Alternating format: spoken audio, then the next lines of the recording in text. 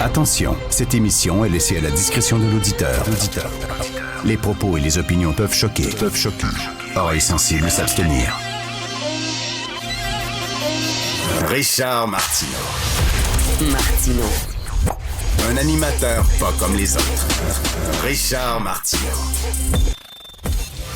Bon lundi, ma gang de malades. Cette émission est produite par Jean-Philippe Leroux à la réalisation, à la mise en onde de Maximile Sayer, journaliste recherchiste et gardien du temps impitoyable, et Max Lavoie à la mise en ligne. Merci beaucoup à vous trois.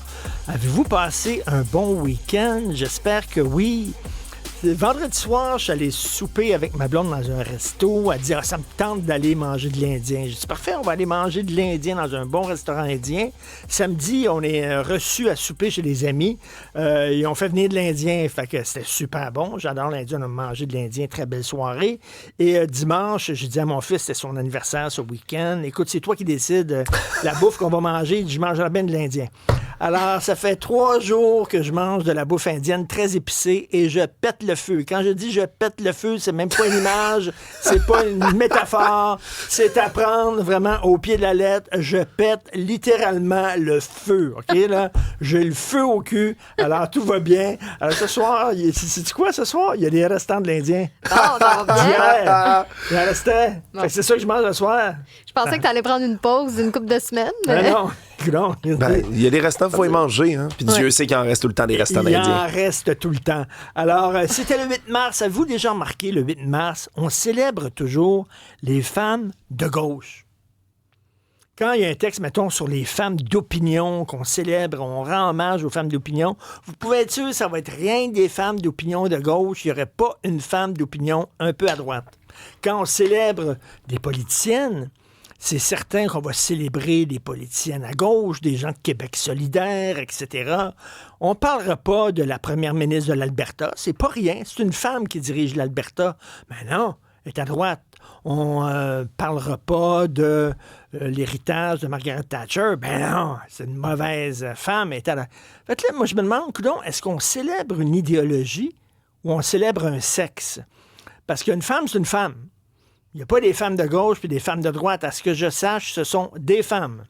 Alors, comment ça se fait? Il me semble, c'est comme si, non, la droite sont des méchants. Il y a des méchants. Les gens de gauche, ils ont le sort des pauvres à cœur. Mais les gens de droite, ils se promènent en auto, puis quand on voit un pauvre, là, ils l'écrasent. Boum, il rentre dedans. J'ai tué un pauvre aujourd'hui. Alors, je vais vous rappeler aux gens qui semblent avoir un peu de la difficulté avec la gauche et la droite, c'est les deux veulent se rendre à la même place. Les deux veulent se rendre à une société plus égalitaire, mais ils passent par des chemins différents. C'est correct? Alors, les gens de droite, là, je parle pas d'extrême droite, là, c'est-à-dire il y a l'extrême droite, oui, il y a l'extrême gauche aussi. Ils sont pas plus intelligents. Fait qu'on va laisser les extrêmes de côté, là. Les gens de droite prennent un chemin pour arriver à la même place que les gens de gauche vont arriver, une meilleure société pour tout le monde, plus égalitaire. C'est des chemins différents. Alors donc, on devrait célébrer autant les femmes de droite que les femmes de gauche, mais on dirait non, c'est pas vraiment ça. C'est comme si t'es une femme de droite, t'es pas une vraie femme. Non, t'es pas une vraie femme, tu penses comme un homme. Ouais, t'es une femme qui veut être acceptée dans le milieu des hommes. C'est pour ça que tu es de droite. Fait qu'on te célébrera pas le 8 mars. On va célébrer seulement les bonnes femmes de gauche, qui sont des vraies femmes avec des valeurs féminines. Des valeurs comme la compassion, comme l'empathie, comme la générosité. Évidemment, ça, c'est aucun homme qui a ces valeurs-là. Oh non, c'est des valeurs qui sont inscrites dans les cellules des femmes. C'est dans leurs cellules. Les femmes, là, ils ont comme une nature intrinsèque à leur naissance. Elles sont bonnes. Hein? C'est drôle parce qu'on peut sortir un paquet de dictatrices et de femmes de dictatrices, puis des femmes qui dirigeaient des camps de concentration. Non, non, c'est pas des vraies femmes. C'est des femmes qui sont comme des hommes.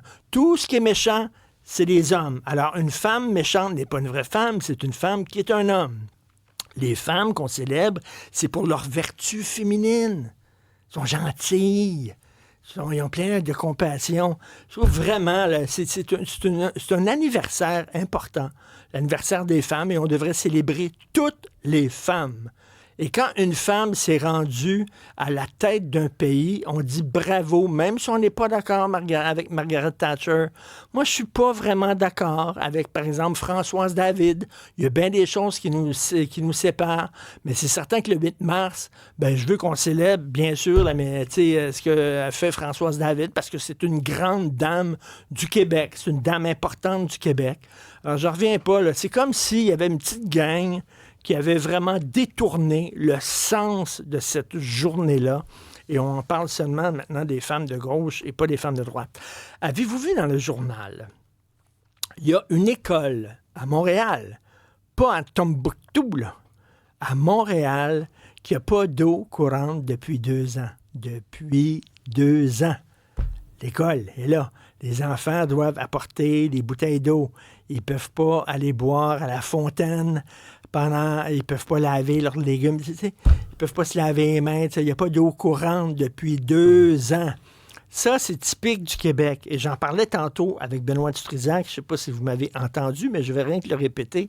Il y a 2 nouvelles qui n'ont pas l'air à avoir de lien, mais qui ont un lien ensemble quand on les met ensemble. D'un côté, 2 jeunes filles qui jouent au hockey mineur, qui sont trop bonnes. On leur a dit, vous êtes trop bonnes, là. Vous allez un peu patiner moins vite, vous allez être moins performantes parce que le reste de l'équipe ne suit pas. On va voir le père de ces 2 jeunes filles-là, puis lui aussi pète le feu, mais lui, c'est une métaphore, là. On va en parler, il est vraiment en furie. Donc, on dit aux 2 filles, vous allez ralentir parce que vous êtes trop vite. Et de l'autre côté, on a donné de très grosses augmentations de salaire aux gens de la SAC juste avant le déploiement de l'extraordinaire plateforme SACLIC, alors qu'à l'interne, on savait qu'on s'en allait dans un mur. Donc, d'un côté, on punit la performance, les gens qui sont performants, et de l'autre côté, on récompense l'incompétence. Ça, c'est le Québec. Et aujourd'hui, dans ma chronique, je dis, c'est bien beau, la souveraineté, je suis souverainiste, je rêve un jour où le Québec sera un pays, mais en même temps, ça ne réglera pas tout. Il faut un changement de mentalité puis un changement de culture ici au Québec. Puis il faut vraiment, à un moment donné, punir l'incompétence, puis récompenser les gens qui sont vite, puis les gens qui réussissent. En tout cas, c'est ce que je nous souhaite.